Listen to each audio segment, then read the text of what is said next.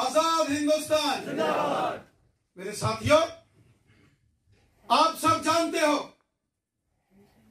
कि जब इस देश में नरेंद्र मोदी साहब की सरकार आ गई, इस देश के अंदर जो माइनॉरिटीज थी, चाहे वो सिख हैं, बौद्ध हैं, जैन हैं, हमारे मुसलमान भाई बहन हैं, समाज के हर वर्ग की भलाई मोदी साहब ने की।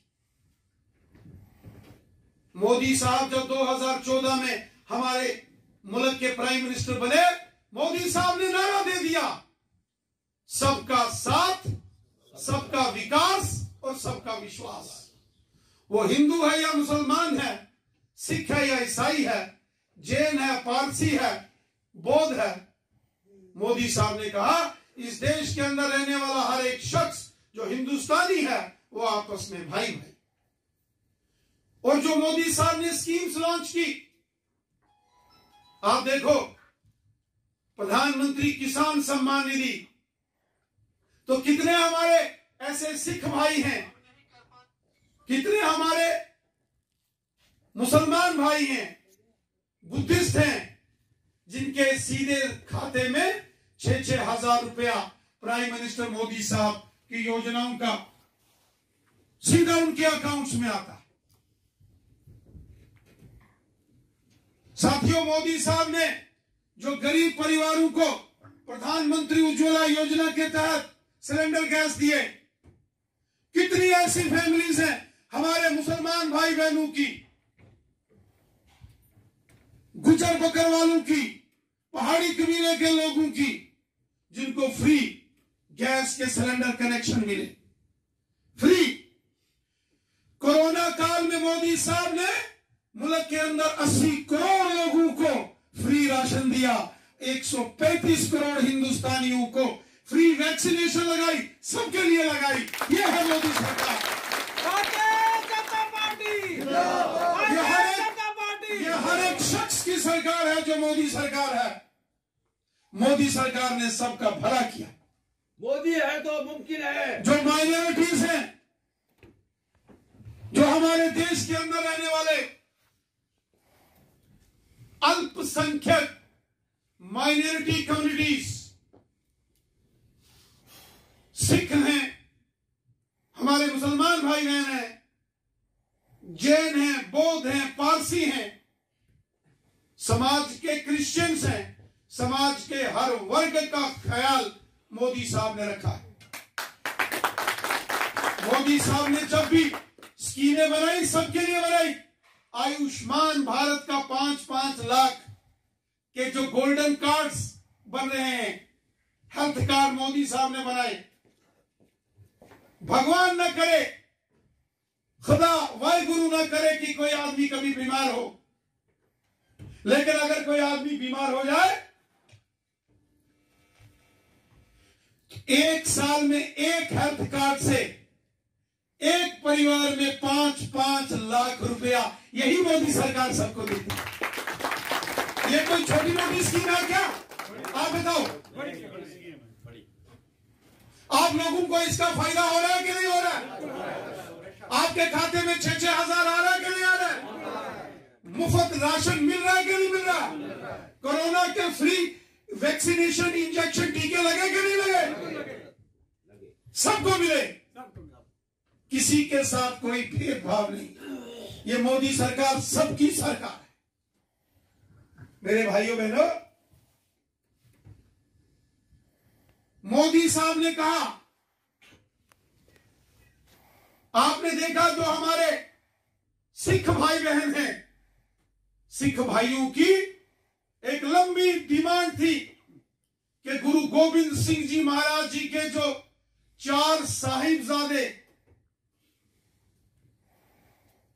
उनकी कुर्बानी के ऊपर बाल दिवस होना चाहिए, चिल्ड्रंस डे। मोदी साहब ने वीर बाल दिवस उसकी घोषणा कर दी और कह दिया कि गुरु गोविंद सिंह जी महाराज जी के बच्चों की शहादत की याद में हर साल 26 दिसंबर के दिन वीर बाल दिवस के रूप में मनाया जाएगा। ये हिस्टोरिकल डिसीजन है भारतीय मोदी जनता साहब का। Party Bharatiya Janata party. इस देश में डॉक्टर मनमोहन सिंह जी प्रधानमंत्री थे और वो एक सिख धर्म से वाबस्ता थे, सिख समाज से आते थे डॉक्टर मनमोहन सिंह साहब।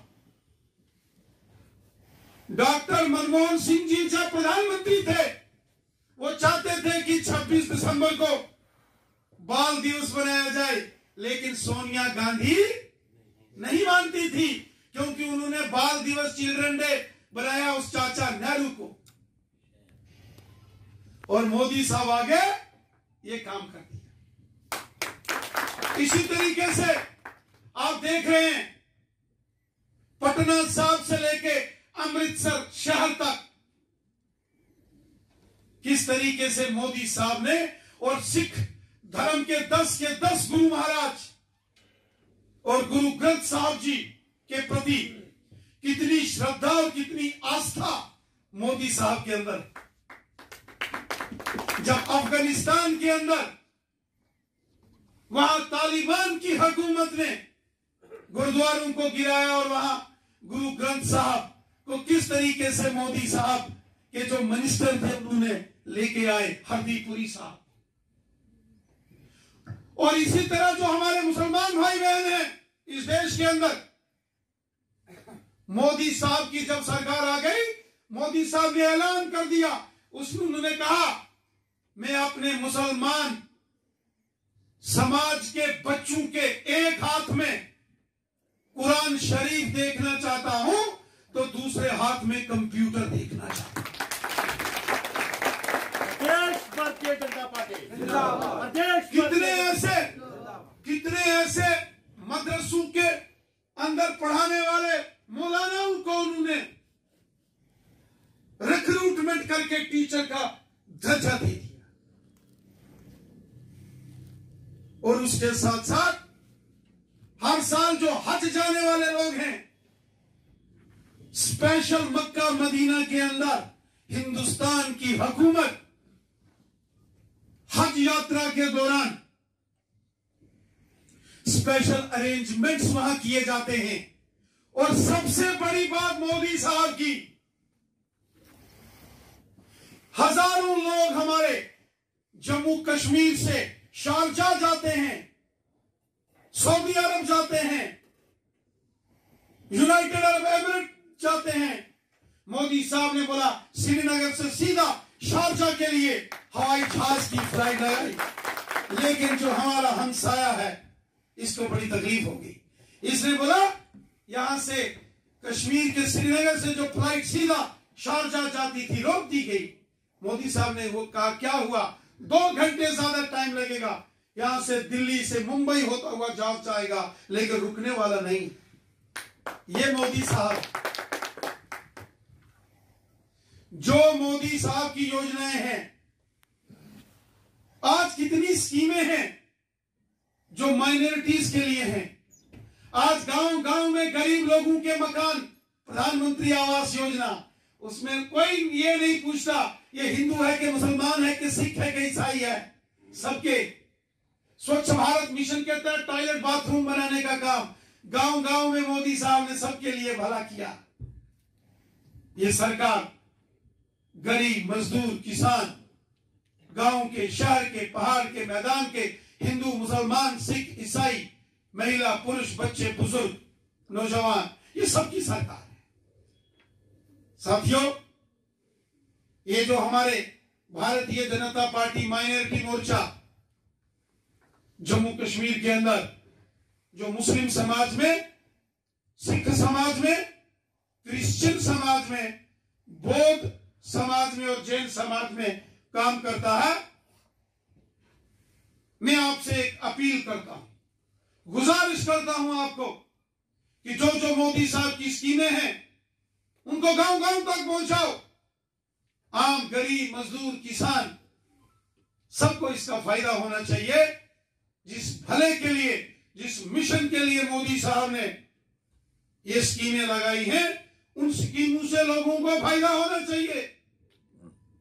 आज मोदी साहब ने जम्मू कश्मीर के अंदर गुजर बकरवाल और गद्दी सिपी लोगों को यहां जंगलों में रहने के फॉरेस्ट राइट्स एक्ट दिए, जमीनों के मालिकाना हक गुजर बकरवालों को दिए, पॉलिटिकल रिजर्वेशन दी और इंटर डिस्ट्रिक्ट जैसा काला कानून जो एनसी कांग्रेस पीडीपी ने लगाया था वो खत्म किया।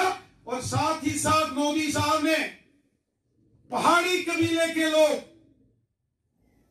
पहाड़ी कबीला जो जम्मू कश्मीर के अंदर 12 लाख पॉपुलेशन है और ज्यादातर लोग हमारे मुसलमान भाई बहन हैं, आज उनका भी अगर किसी ने नाम लिया, उनके साथ भी अगर इंसाफ की राह पर किसी ने कदम उठा आगे बढ़ाया है, वो मोदी साहब। तो मेरी आपसे गुजारिश है, ये माइनॉरिटी मोर्चा पहाड़ी कबीले के लोगों को भी अपने साथ जोड़ो, एसटी के लोगों को भी अपने साथ जोड़ो और पूरे जम्मू कश्मीर के अंदर एक सियासी तूफान खड़ा करके रखो यार। और जो भारतीय जनता पार्टी का मिशन है, मिशन 50+, 50 से ज्यादा सीटें लेकर रियासत जम्मू कश्मीर में बीजेपी की हुकूमत बने, ये भारतीय जनता पार्टी माइनॉरिटी मोर्चा ने ये काम करना है और मुझे आप पर विश्वास है, आप ये काम कर सकते हैं मेरे साथियों, और आप करेंगे।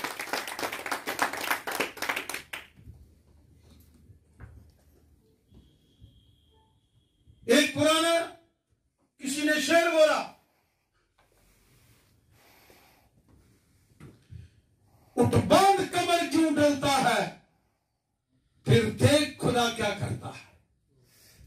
हौसले बुलंद खुद रखने पड़ेंगे, रहमत ऊपर वाले की होगी। आओ हम मिलकर इस पूरे रियासत जम्मू कश्मीर में भारतीय जनता पार्टी को मजबूत करें और जो सारे काम मैंने आपको गिनाए हैं वो करें। इतना ही कहते हुए मैं अपनी वाणी को यही विराम देता हूं। आप सबका बहुत बहुत शुक्रिया। जय हिंद, जय भारत।